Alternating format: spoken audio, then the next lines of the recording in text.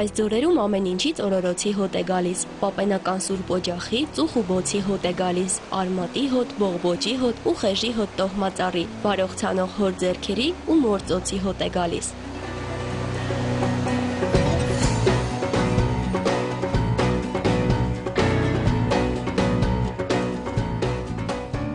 Համո Սահյանի երգած ձորերի երկիր ենք հասել։ Լոր գյուղն է։ Դեպի գյուղ բերող ճանապարհները մեղմ ասած խորթուբորդ են։ Ասֆալտի հետքերը հուշում են, որ անցյալում ասֆալտ եղել է։ Ճանապարհին ինքդ քեզ խոստանում ես, որ այստեղով այլևս չես անցնի։ Գյուղ հասնելուն պես մոռանում ես եւ ասֆալտազուրկ ճամփաներից ցավացող ողնաշարի եւ այստեղով այլևս չանցնելու խոստման մասին։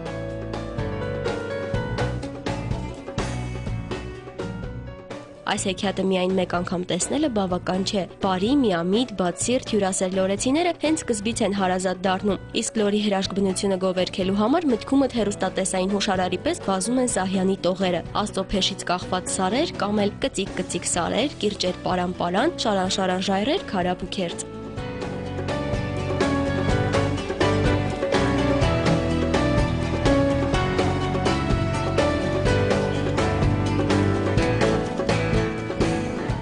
Լորը հարուստ պատմական անցյալ ունի, ժամանակին տնտեսական եւ քաղաքական լուրջ ազդեցություն է ունեցել շրջակա բնակավայրերի վրա։ Լորին վերաբերող առաջին գրավոր արձանագրությունը վերագրվում է 9-րդ դարին, սակայն պեղումների արդյունքում գտնված նյութերը վկայում են, որ այս բնակավայրը շատ ավելի վաղ անցյալում արդեն իսկ որոշակի դերակատարում է ունեցել։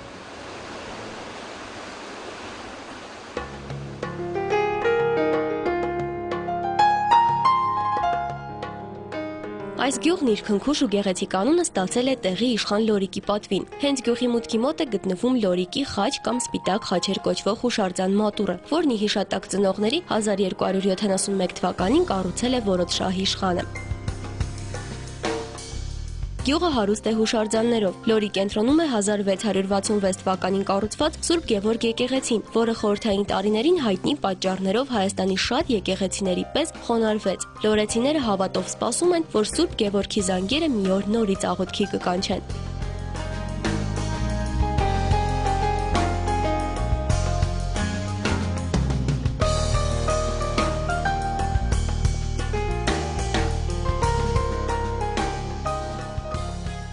Գյուղից մի փոքր հեռու բլրի վրա է տեղադրված Սուրբ Հովհաննես եկեղեցին, որը նաև ծառու են կոչում։ Անվան ծագումը կապում են ծառի պաշտամունքի հետ։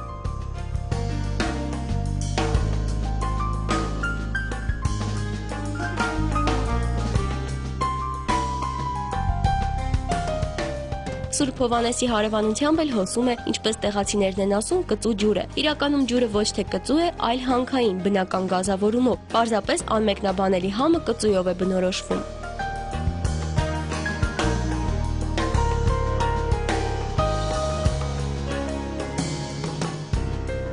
Միայն գյուղը չէ, որ Լորիկ իշխանի անունով է կոչվել։ Լորիկն իբրև անձնանուն մինչ այսօր պահպանվում է գյուղում։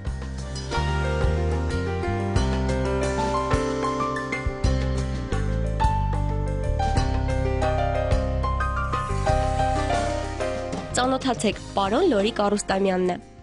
Ես ծնվել եմ այս գյուղում, ինձ ինչ առաջարկել են քաղաքնա չեմ գնացել, մնացել եմ այս գյուղում ու մնալու եմ մինչև կյանքի վերջ։ Լորում հրաշալի մարդիկ են ապրում, բայց բոլոր ժամանակների ամենահայտնի բնակիչը բանաստեղծ Համո Սահյանն է։ Սահյանը թեպետ դեռ պատանի է գյուղից հեռացել, բայց ծննդավայրի հետ կապը երբեք չի կտրել։ Լորում չեմ ապրում, ապրում եմ Լորով։ Առաջին իսկ հնարավորության դեպքում հարազատ գյուղ է շտապել ազգականների, ընկերների, սիրելի Լորագետի մոտ։ Գյուղացիները յուրաքանչյուր այցելուի հպարտությամբ ու պարծանքով են պատմում, որ Սահյանն իրենց համագյուղացին է։ Գյուղի մեծերն իրենց սիրելի Համոյի հետ կապված հիշողությունների ու պատմությունների մի ամբողջ կապոց ունեն։ Սահյանի հետ անձամբ մոտիկ ենք եղել։ Չափից դուրս, ինչքան եկել է, տայել եմ հյուրասիրել ենք մենք։ Տայել ենք այգիներ, երցի խորովածով, ամեն ձևով չտեսնված։ Սահյանի մեր մարդն է եղել, ոնց չկարանք ընդունել։ Լորում մեծ ու փոքր Սահյանի բանաստեղծություններն անգիր գիտեն։ Անգամ առօրյա խոսք ու զրույցը նրա տողերով են համեմում։ Կտխրեն, կուրախանան, կծաղկեն ձորը նորից։ Կմտնի, կլուսանա, գազբերի հորը նորից։ Տուն կգան, բուն կդեն մեր ջնջողները նորից,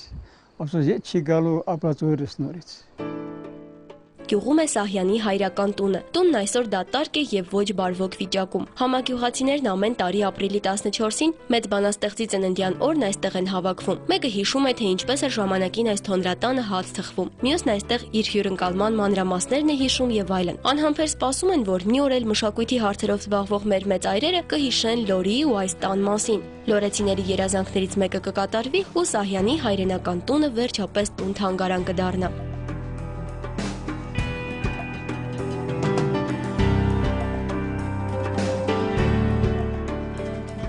Լորուն գրագետ եւ կիրթ մարդկանց պակաս երբեք չի եղել։ Դեռևս միջնադարում կրթության եւ գրչության նշանավոր կենտրոն է եղել։ Լորի գրիչներին եւ ծաղկողներին պատկանող բազմաթիվ ձեռագրերի մի մասն այսօր Մատենադարանում է պահվում։ Հետագա տարիներին էլ այս հրաշքյուղը շարունակել է կրթական մակարդակը բարձր պահել։ Հայտնի ազգագրագետ Լալայանը իր հիշողություններում գրում է, որ Լորում զարմանալիորեն շատ են գրագետ մարդիկ։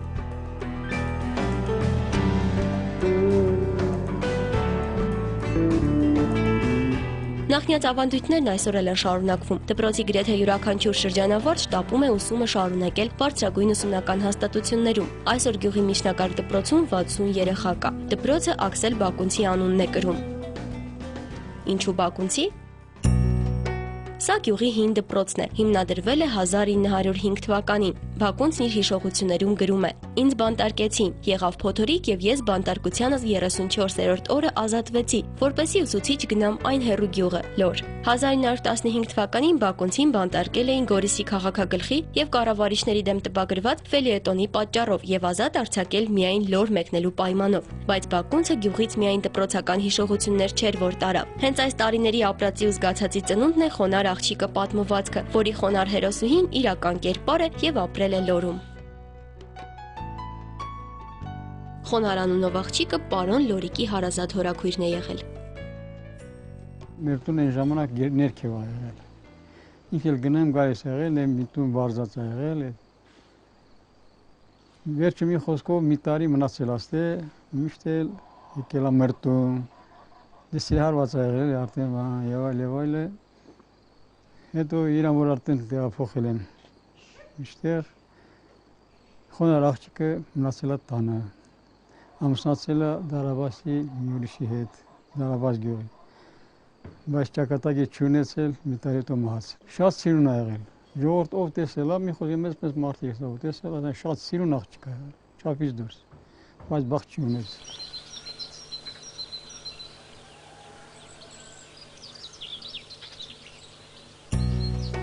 Լորն իսկապես հեքիաթի գյուղ է հիշեցնում։ 4 կողմից ուսուսի տված երկնամերձ լեռները թվում է, թե գյուղն իրենց գիրկն են առել։ Լորագետն էլ օձի պես գալարվելով իր քչքչյան երգն է ասում։ Գյուղն իսկապես հեքիաթի գյուղ կլիներ, եթե հեքիաթի ճանապարհները մի քիչ ավելի բարվոք լինեին։ Գյուղացիները կես կատակ, կես լուրջ ասում են. ավտոբուսի վարորդ Արաքել Արաքելյանին հերոսի կոչում է պետք շնորհել, ով այս ճանապարհ կոչվածով օրը 2 անգամ է գնում գալիս։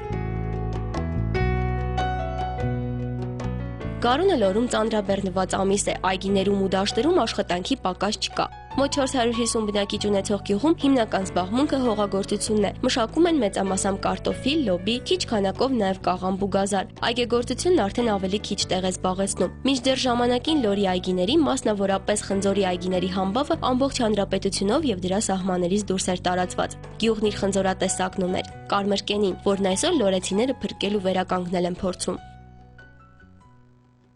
Ուրեմն այս խնձորը, ասենք, մեր գյուղի կարելի ասած թե որակի նշանակոչվել, թե ասենք մեր ճակատի այն բացվել են ասել, թե ինչ, չգիտեմ, մեր ճակատագիրն է եղել, ասենք, այդ խնձորը, դա եղել է այս կարմրկենի խնձորը։ Մենք ասենք, ես չգիտեմ ով է տնկել եւ այլն, բայց ամենայն դեպս գիտեմ մի բան, որ դա ավանդույթ է գովելու մեր գյուղում։ Պատվավոր տեղ ես գնացել, ասելա վերջը Լորից ինչ տանեմ, չտանեմ, գոնե մի քանի հատ կարմրկենի խնձոր պիտի տանեմ ու դա է եղել։ Այն հին տարիներին իրոք մենակ մեր գյուղում է եղել, թե մեր գյուղից ինչ որ ասենք պատվաստի բանի պահով հարևան գյուղերից տարածել են, չեմ կարող ասեմ։ Թեկուզ էլի չեմ մտածում, թե տարածել են։ Հնարավոր հազվագյուտ մարդ կարող է տարածել լինի, բայց ասենք հիմնական ասենք դա եղել է մեր գյուղում։ Խնձորի մասին պատմությունը շարունակելու համար պարոն Գառնիկին ենք հյուր գնում։ Գարնան ամիսներին օղի թորել դեռ չէինք տեսել։ Կարծում էինք, թե սա աշնանային գործ է։ Պարոն Գառնիկն ու իր ընկերները խնձորից օղի ստանալու գարնանային եղանակ են մշակել։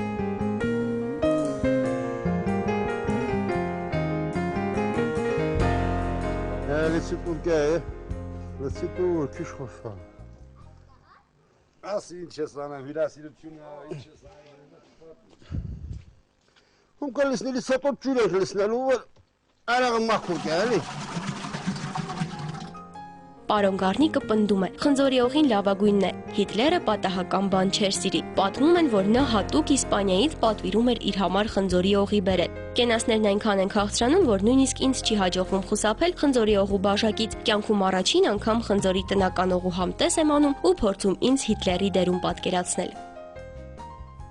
Բոլոր մտքերը օղի են։ Մենակ քաշ ես։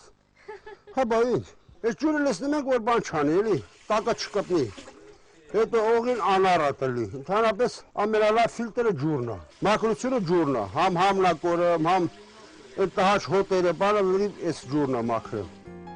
Օղեթորումը հայկական գյուղերում մի ամբողջ արարողություն է, որի կարևորագույն բաղկացուցիչը գյուղացիների կողմից զավոտ կոչված օղեթորման սարքի հարևանությամբ սեղան գցելն է։ Թորվող օղու համտեսն ու տարբեր բովանդակությամբ բարեմաղթություն կենասներ ասելը։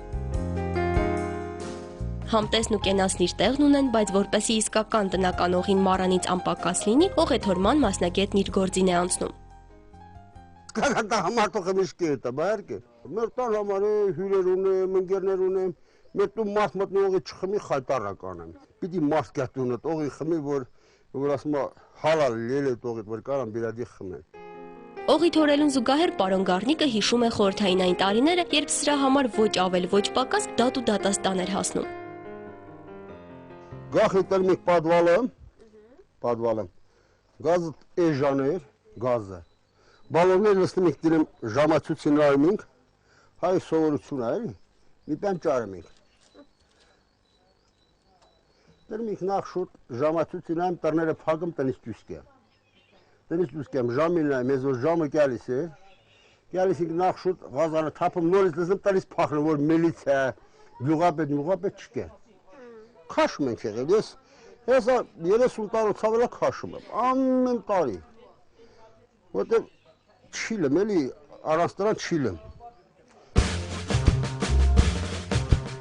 Օղեթորումը դեռ մի քանի ժամ կշարունակվի։ Այս հրաշալի մարդկանց բարեմաղթելով ամենալավը շտապում ենք մասնակցել գարնանային կարևոր գործընթացներից մեկին՝ ոչխարների խուզին։ Խուզը երկու ստեյք է կարևոր ու անհրաժեշտ։ Խեղճ կենդանին ամրաշոքին ընդառաջ, ինչպես ասում են, թեթևանում է բրդից, իսկ գյուղացին էլ բուրդ է ստանում։ Անցյալում, երբ ոչ միայն ընդունված չէր, այլև անընդունելի էր սինթետիկ եւ անհայտ նյութերից կարված անկողնային պարագաների գործածումը, ոչխարի բուրդը մեծ արժեք ուներ։ Այսօր էլ բնականի ու իսկականի կողմնակիցները նախընտրում են ոչխարի բուրդը։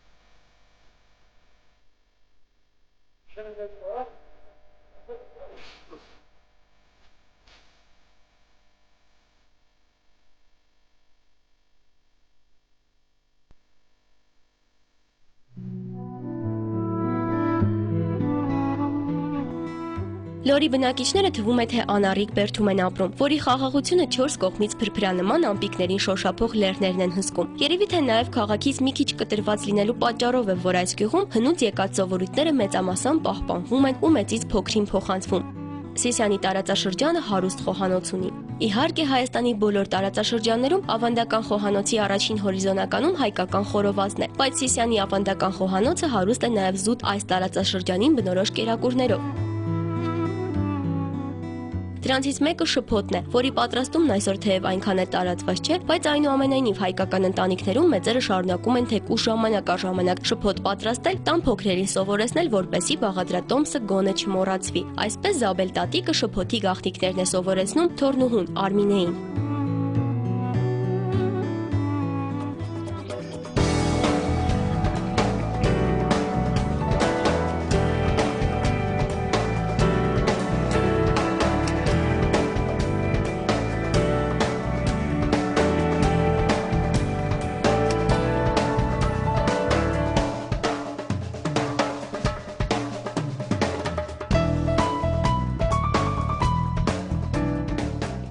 Պատրաստվում ենք Լորին հրաժեշտ տալ, երբ իմացանք, որ գյուղում արդեն 2 տարի է ԱՄՆ-ից եկած երիտասարդ է ապրում, ով հրաշալիորեն տիրապետում է ոչ միայն գրական հայերենին, այլև տեղական բարբառին։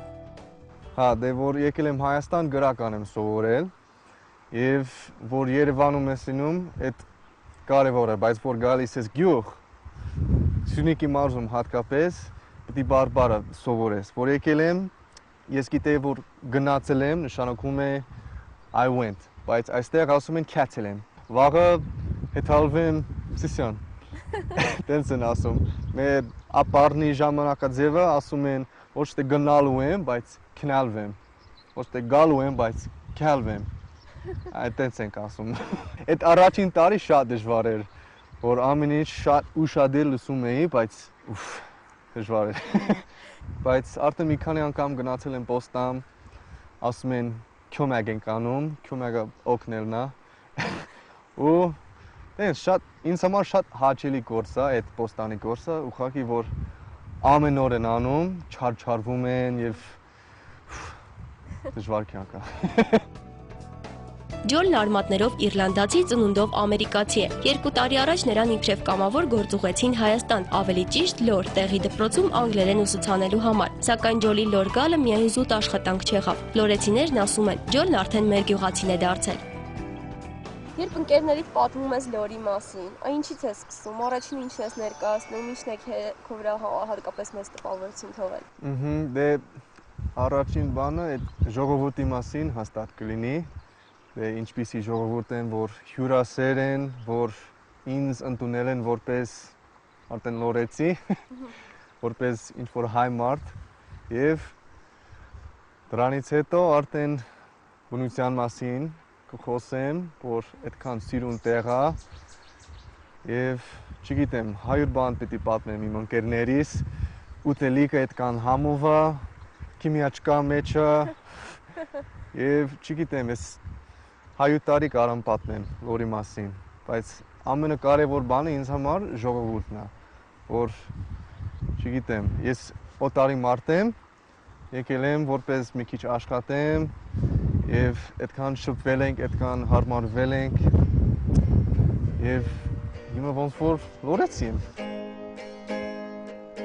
Իբրև Լորի իսկական բնակիչ, Ջոլը սովորել է գյուղի ամենահայտնի մարդու շատ բանաստեղծություններ և նույնիսկ երգում է Սահյանի խոսքերով գրված երգեր։ Ես չիմացա, թե ինչու, դու չիմացար, թե ինչպես, պատահեցին մեկ-մեկու, մեր երազներ առանց մեզ, պատահեցին մեկ-մեկու, ու կանչեցին ինձ ու քեզ, և չիմացա, թե ինչու, ես չիմացա, թե ինչպես, պատահեցին մեկ-մեկու, ու կանչեցին ինձ։ Լորում անցկացված օրերից հետո ես միայն հասկանում, թե հարազատ եզերքը գովերքելիս ինչու Սահյանի բառամթերքը չէր սպառվում։ Լուսնի վրա տուն ու այգի, Մարսի վրա գահ ունենա, ուր էլ մնա, ինչ էլ անի, Համո Սահյանն իր Լորինն է։ Չիմացար, թե ինչպես, ես չիմացա։ Լորը մեր ստեղծագործական խմբի համար մեր հեքիաթի գյուղը դարձավ։ Միայն թե մի բան հեքիաթներից տարբերվում է։ Բոլոր հեքիաթները չար ու բարի հերոսներ ունեն, իսկ մեր հեքիաթի բոլոր հերոսները բարի են։ Ես էյությամբ դարձար դու էյությամբ դարձար ես չիմացա, թե ինչու, դու չիմացար, թե ինչպես